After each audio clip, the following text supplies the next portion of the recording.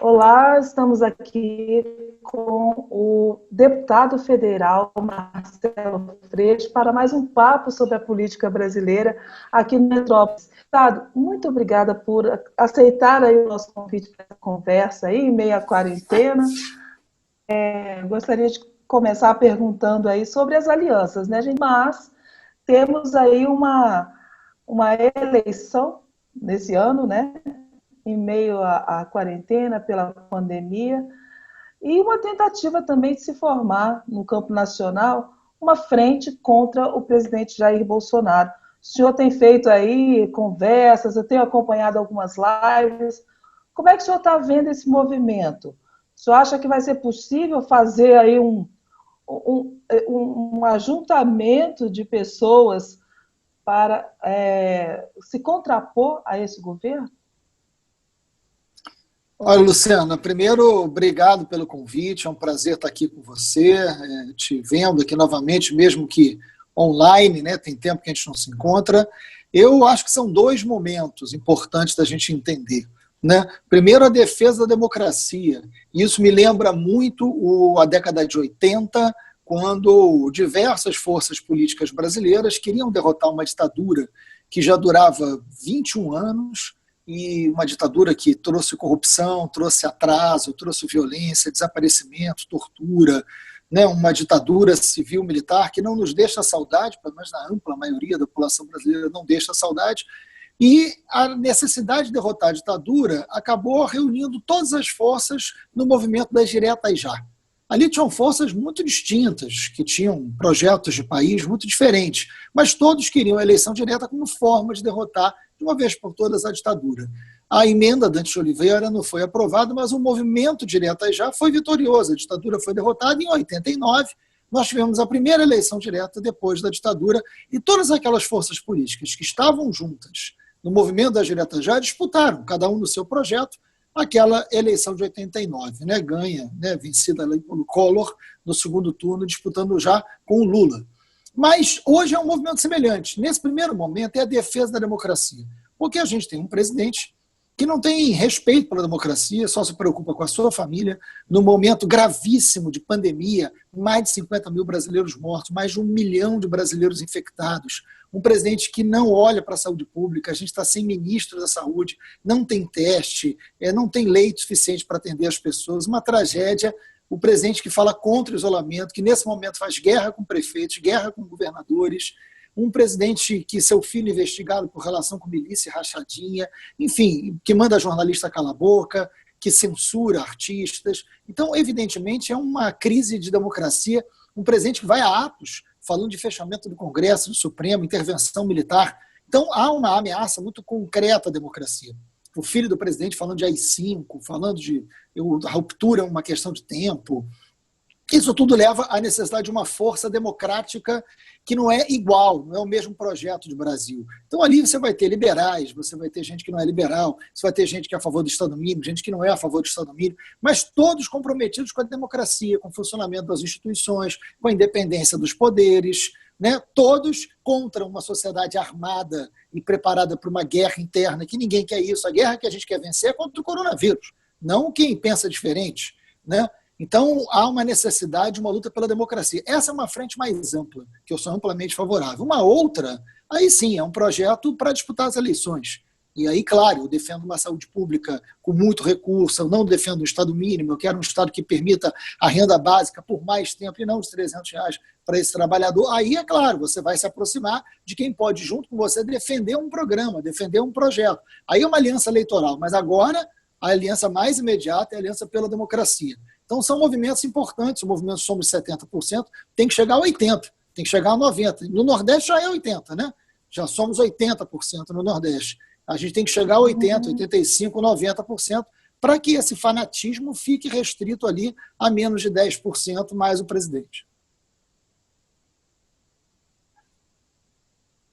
Agora, o senhor acha que o apoio as políticas econômicas do Paulo Guedes é um fator que está impedindo essa união, porque tem quem apoia, tem quem não apoia, e tem quem aceita, quem não apoia, né? Então tem de tudo ali. A política econômica é um fator impeditivo para essa união de forças políticas?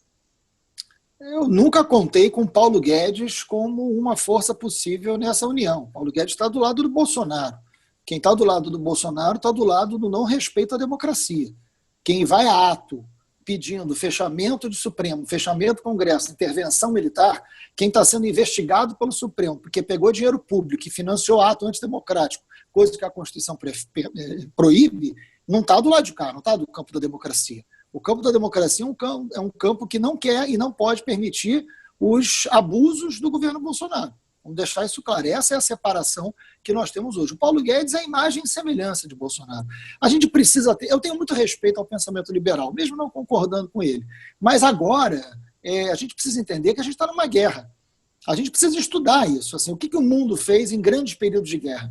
O mundo não apelou para o Estado mínimo. O que aconteceu depois de 29? O que aconteceu depois da Primeira Guerra Mundial? O que aconteceu depois da Segunda Guerra Mundial? Os momentos onde o mundo passou por grandes crises humanitárias, grandes crises econômicas, seja movida por guerras ou por saúde, né, ou por pandemias, foi um momento que o Estado se fez presente para enfrentar desigualdades, para acolher os mais pobres, para permitir o direito básico à vida daqueles mais necessitados, daqueles que não conseguem fazer isolamento, daqueles que são os primeiros a perder o emprego. Então tem uma guerra hoje, né? É uma guerra contra um vírus, é uma guerra contra uma pandemia, que já matou mais de 50 mil brasileiros, né?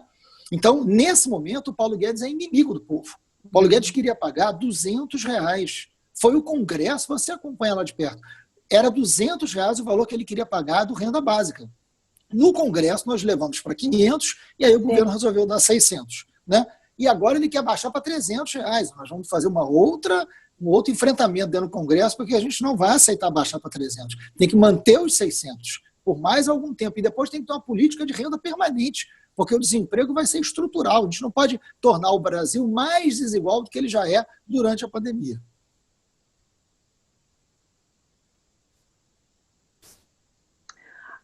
Você acha que tem que ser minimizadas essas rusgas que aparecem aí nessa frente ampla? Hoje, por exemplo, o Juliano Medeiros, presidente do seu partido, chegou a dizer que tem gente que está se especializando aí em atacar quem está do mesmo lado da trincheira, né?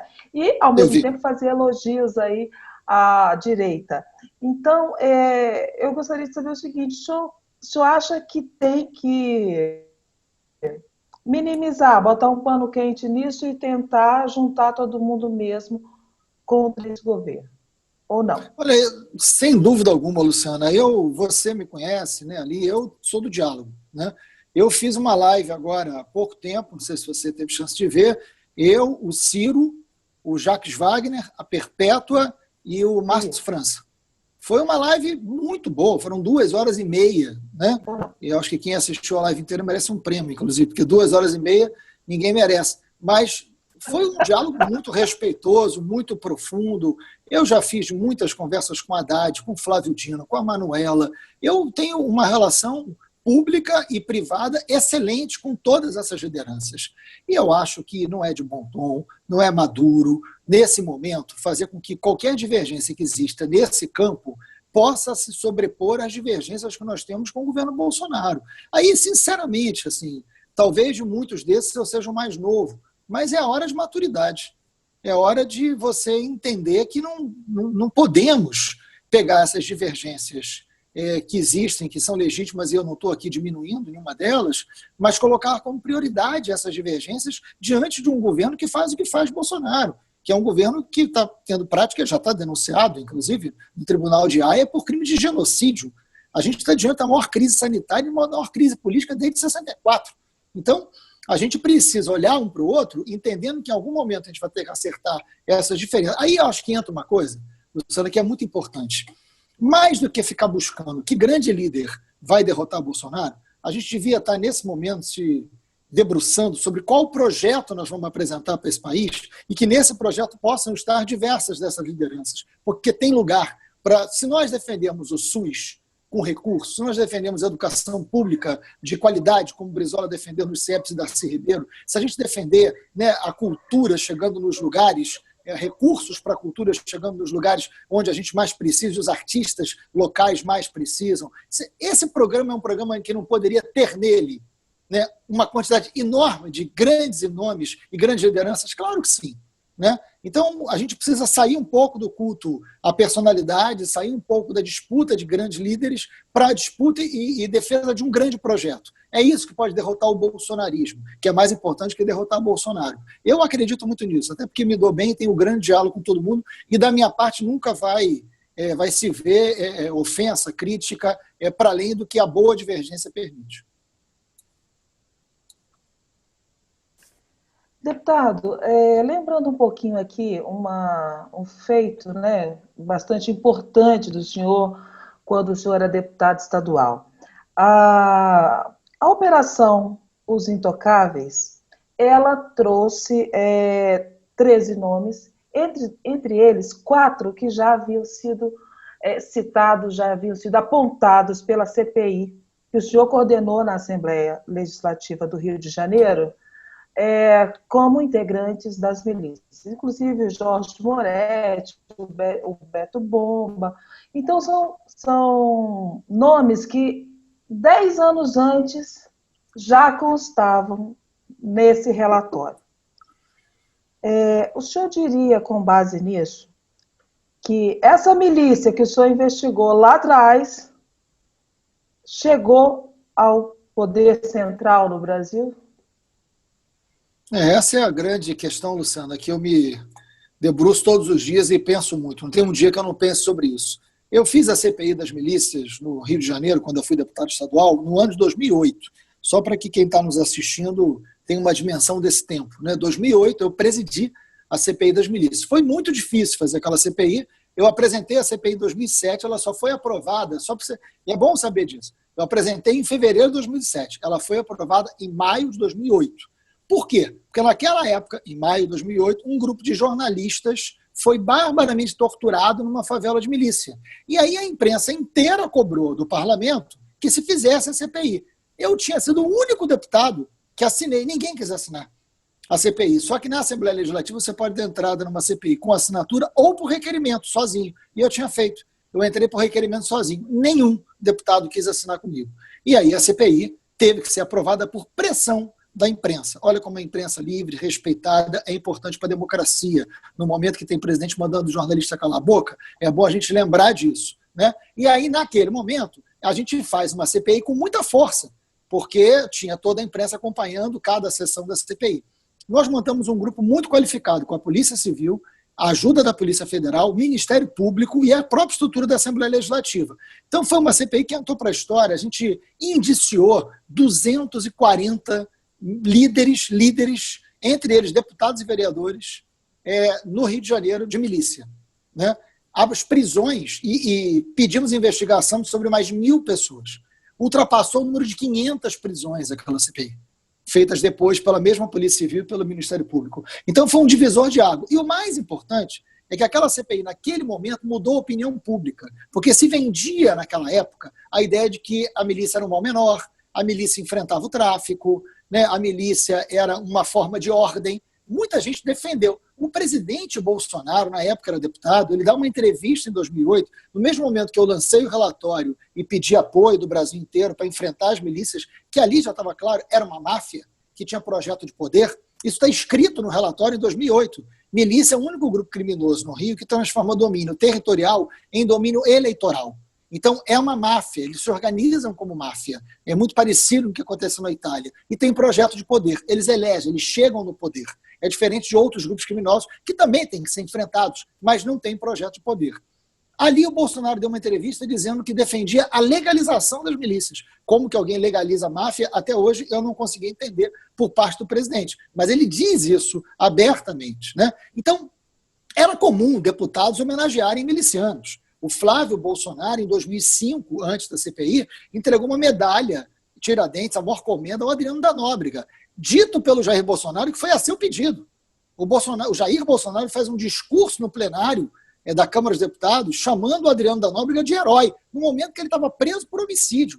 O Adriano da Nóbrega é expulso da PM por relações com o jogo do bicho, por relações com a contravenção, por máquina caça-níquel, e se torna líder de um grupo chamado Escritório do Crime. Olha o nível de que a gente assiste, né? A CPI de 2008 ela muda e pelo menos constrange isso e pede uma investigação. O relatório é muito contundente em relação à forma de funcionamento, braço político, como enfrentar. Então, assim, a gente ali não só diz quem são os milicianos, mas como elas funcionavam. Qual é o seu projeto de poder? Milícia é uma mistura da relação de crime, polícia e política. E isso gera poder. Sem dúvida alguma, Bolsonaro tem nas suas raízes muito dessa relação entre crime, polícia e política. Está aí a relação com Queiroz, está aí a relação com Adriano, que não me deixa mentir.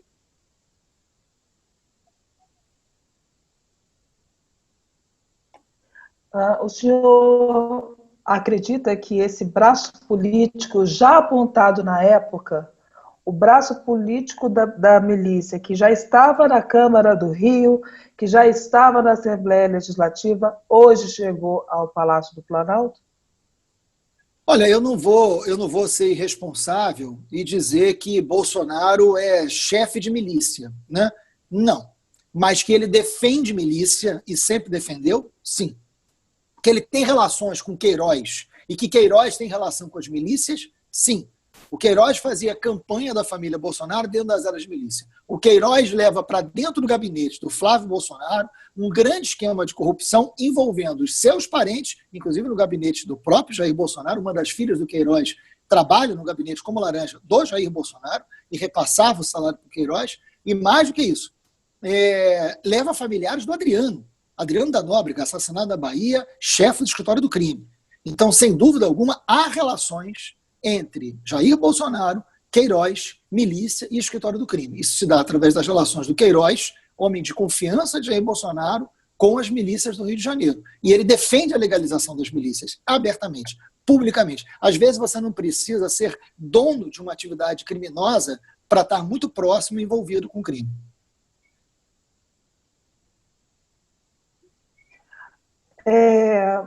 O senhor falou também no escritório do crime, né? E a gente tem hoje o crime da vereadora Marielle ainda insolúvel e com essa investigação que aponta aí como se fosse uma obra do escritório do crime. O senhor acha que essa investigação está próxima de ser desvendada? Luciano, acho que sim, eu acompanho muito de perto isso. Hoje, inclusive, conversei com a Mônica, né, que é a viúva da Marielle. Eu converso sempre com a dona Marinette, com a Aniele, com toda a família, e eu acompanho muito de perto pela Polícia Civil do Rio de Janeiro. A gente ganhou a não federalização do caso, vocês acompanharam aí, fizeram matéria, que foi importante, não haver um deslocamento de competência, né? Então a gente garante que essa investigação fica no Rio de Janeiro, no Ministério Público e na Polícia Civil, que é quem conhece o Rio de Janeiro. Nós temos já prisões, são muitas prisões envolvendo o crime Marielle, são dezenas de prisões. Agora, recentemente, nós tivemos a prisão de um cabo bombeiro, né, envolvido na destruição de provas do caso Marielle, né? Então ele foi preso. Nós temos 2 pessoas responsabilizadas e investigadas pelo assassinato, né? 2 pessoas ligadas ao escritório do crime, esse grupo de matadores que funciona há muitos anos no Rio de Janeiro, e sem dúvida alguma o crime da Marielle passa pelas ações da milícia. Qual milícia, com que intuito, com que objetivo, cabe à Polícia Civil, que é quem tem competência para isso, esclarecer. Eu não posso me antecipar, mas eu não tenho a menor dúvida de que esse caso será esclarecido, porque nós vamos chegar aos mandantes e para saber qual é a razão política. Como que alguém, em pleno século XXI, no Rio de Janeiro, acha que pode matar como forma de fazer política. Por isso esse caso é tão grave, né?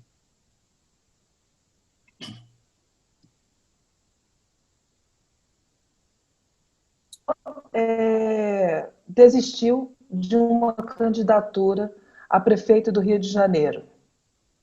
Eu gostaria de saber dos motivos. O senhor não conseguiu reunir dentro do seu partido um apoio que fosse unânime ao seu nome? Houve alguma pressão em relação a essa questão das milícias? Os partidos pelos quais o senhor esperava apoio não chegaram? O que aconteceu? Não, Luciana, Dentro do PSOL havia muita tranquilidade em relação a isso, e qualquer outra candidatura que seja divergente é legítima também, né? Mas a gente tinha ampla maioria para aprovar a candidatura do PSOL. Eu já fui candidato 2 vezes, fui candidato em 2012, fui candidato em 2016, em situações muito piores do que agora. Né? Em 2012 a gente não tinha recurso, não era muito conhecido, em 2016 foi um período muito ruim para toda a esquerda no Brasil, né? E agora a gente tinha condições melhores, inclusive. Mas, nesse momento do governo Bolsonaro, da crise da democracia, eu estou no Congresso, eu tenho um papel a cumprir no Congresso que não é pouco importante. Né?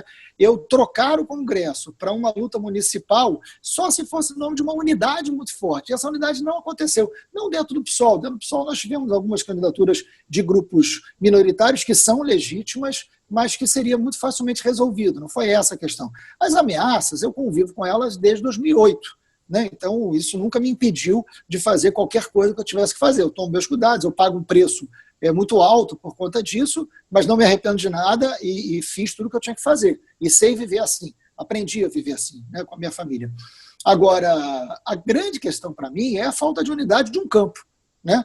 E eu não estou aqui também para criticar ninguém do campo, mas a única razão que poderia me levar a largar o Congresso nesse momento, lugar onde eu trabalhei no pacote anticrime, onde eu tenho uma influência que é razoável, mesmo sendo um deputado recém-chegado a Brasília, assim, eu tenho um prazer muito grande de atuar ali em Brasília. Então, me relaciono bem com as grandes lideranças de Brasília.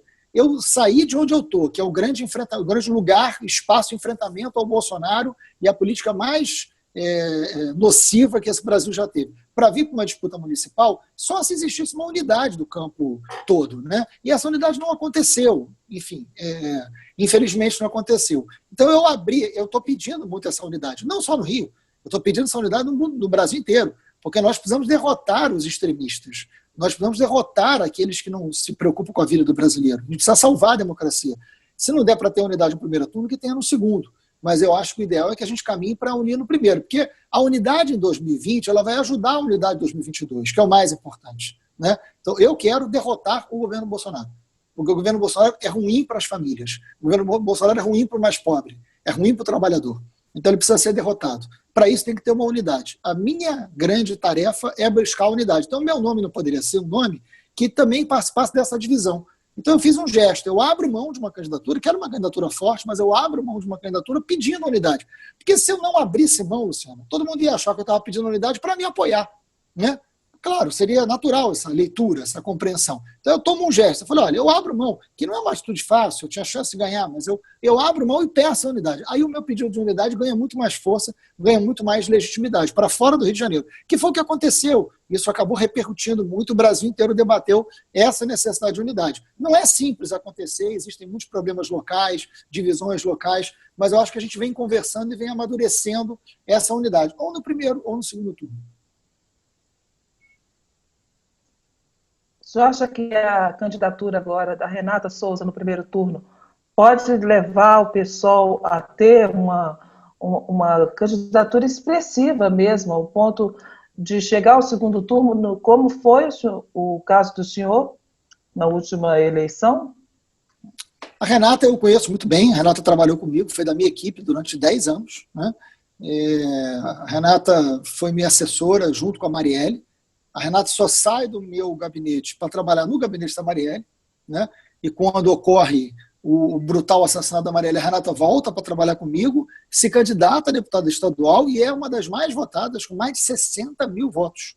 Né? A primeira vez que ela é candidata. Ela preside a Comissão de Direitos Humanos, lugar que eu ocupei durante 10 anos. Eu fui presidente da Comissão de Direitos Humanos da Assembleia Legislativa do Rio. A Renata hoje é a presidente, ela assume essa tarefa e com uma legitimidade muito grande. Renata, ela é moradora da Favela da Maré, nasceu e foi criada na Favela da Maré, estudou na favela, a família mora na Favela da Maré, é uma menina que faz jornalismo através de pré-vestibular comunitário, faz mestrado, doutorado e pós-doutorado. Não é simples, Luciano, você sabe disso. Não é simples uma menina da Favela da Maré chegar a um pós-doutorado em comunicação. Então ela é uma vencedora, ela é uma pessoa que eu tenho um respeito e um carinho enorme. Ela aceitar ser candidata a deputada estadual com toda aquela máquina, que é machista, que é racista, né? Renata é uma mulher negra, né? É muito duro o dia a dia do parlamento ali, muito machista e muito racista. Né? Foi feito como pensando numa casa grande. Né?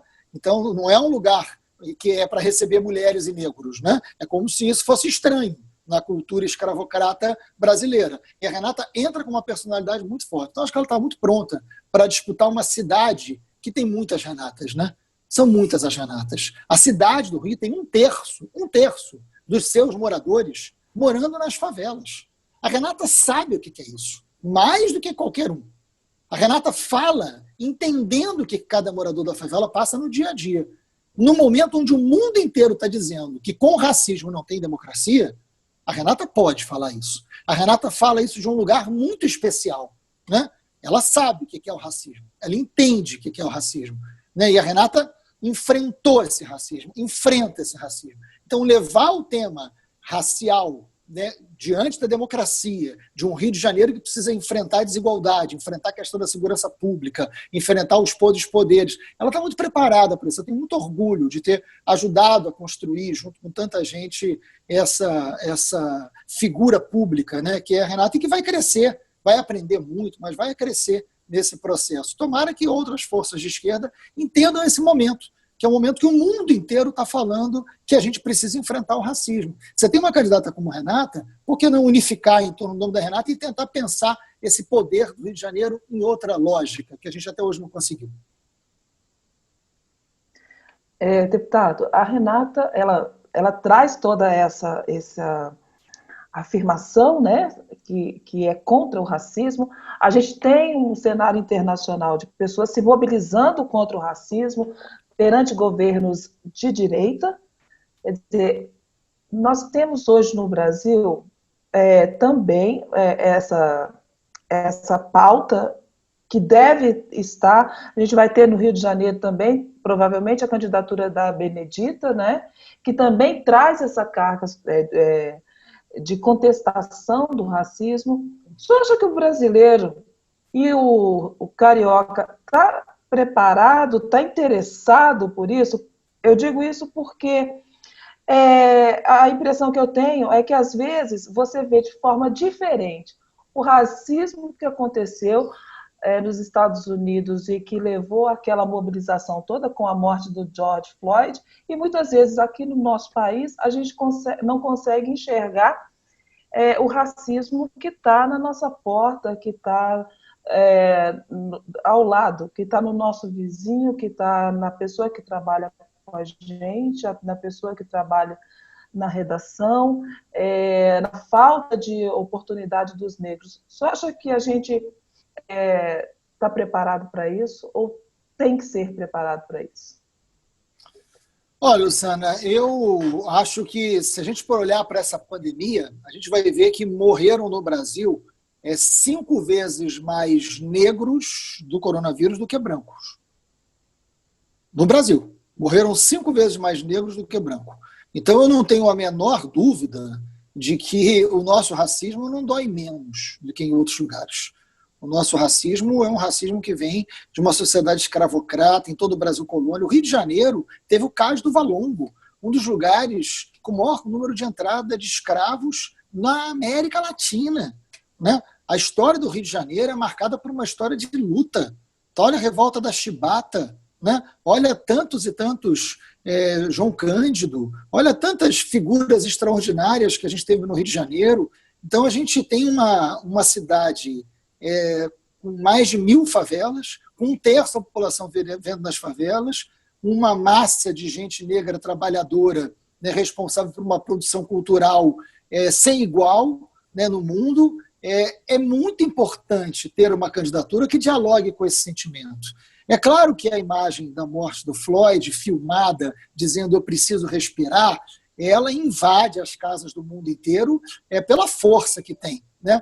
Mas não acho que seja diferente, o que acontece no Rio de Janeiro, né? A gente precisa. Essa é uma luta pedagógica também. Daí a importância de candidaturas como a da Renata e a da Benedita, né? Que vão poder estar nos espaços de disputa de poder falando sobre isso, quebrando a ideia natural de que só os homens brancos podem disputar esses espaços, que esses espaços são destinados naturalmente aos homens brancos. Não, isso não é natural, isso são relações de poder. E a gente precisa enfrentar estas relações de poder na sua essência. Eu acho que não é preciso, como todo o movimento negro tem dito, né, a coalizão negra tem feito um trabalho tão importante em São Paulo e no Brasil inteiro, a gente tem debatido muito com eles em Brasília, não é só dizer que não é racista, né? A gente precisa lutar contra o racismo.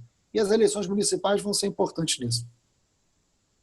Só acha que há possibilidade aí de uma dobradinha PT e PSOL no segundo turno, de um apoio mútuo? No Rio de Janeiro? No Rio de Janeiro. PCdoB, né? Tem o PCdoB, que é muito bem-vindo, que a gente tem conversado muito, e outros. Eu acho que o PDT, o PSB, o PV, eu acho que tem mais gente, não é só o PT, não. Eu acho que o PT é muito bem-vindo. E quem chegar no segundo turno, eu espero que seja Renato, mas quem chegar no segundo turno, se for alguém do campo progressista, espero que sim, espero que a gente tenha essa responsabilidade, acho que todo mundo tem que apoiar, né? Se não for a Renata, se for uma outra candidatura, eu não tenho a menor dúvida que a gente tem que apoiar, né? Se de um lado tiver, vou deixar uma coisa muito clara, se de um lado tiver um candidato ligado a Bolsonaro, eu apoio quem está do outro lado, né? E de preferência que seja alguém do campo progressista, que a gente possa contribuir para o programa, que a gente possa enfrentar as desigualdades, que a gente possa ter esses acordos. Deputado, só para finalizar, eu gostaria que o senhor falasse aí sobre a questão do impeachment do presidente Bolsonaro. O senhor acha que o Rodrigo Maia está demorando demais a colocar isso em tramitação? Ou o tempo ainda não está no momento? Não, olha, o desejo do impeachment é uma coisa, a realidade do impeachment é outra. O Bolsonaro hoje ele tem um amplo acordo com o Centrão, né? O que é isso, né? Tem vários líderes do Centrão que querem fugir de investigações da Lava Jato. E o governo Bolsonaro virou o maior esconderijo da Lava Jato que já existiu, né? O Brasil realmente não é para principiantes, né? Um governo eleito com uma enorme ajuda do ministro Sérgio Moro vira um lugar de esconderijo de pessoas investigados na Lava Jato, né? E esse é o Brasil que a gente tem. Então, líderes do Centrão querem, evidentemente, se esconder de investigações da Lava Jato e tem no governo Bolsonaro um perfeito esconderijo para isso. Agora, além disso, tem os cargos, muitos cargos distribuídos, são aí públicos, né? Verbas, ministérios, enfim, como o Centrão sempre apoiou candidatos, é a mais velha política que a gente já teve. E o Bolsonaro sempre conviveu bem com isso nos 30 anos que foi deputado. Ele nunca foi um crítico do Centrão. Muito pelo contrário, ele sempre, né, apoiou o Sérgio Cabral, aqui apoiou o Eduardo Paes. Ele sempre teve os seus braços em podridões que foram ruindo ao longo do tempo. Não foi diferente como deputado. E agora ele está no colo do Centrão. Isso significa que ele tem 200 votos, 200 deputados. Você não consegue aprovar um impeachment com quem tem 200 deputados. Então, se colocar para votar essa semana, perde. Então, tem que ter uma construção, tem que haver um enfrentamento nas redes sociais, nas ruas, quando for possível, de opinião pública. Ele está caindo, né? Ele hoje tem 30%, já teve muito mais. Se a eleição fosse hoje, dificilmente ele teria ganho a eleição. Mas a gente precisa reduzir Bolsonaro ao número de fanáticos, para aí sim ele poder ser substituído para o bem do povo brasileiro, principalmente os mais pobres.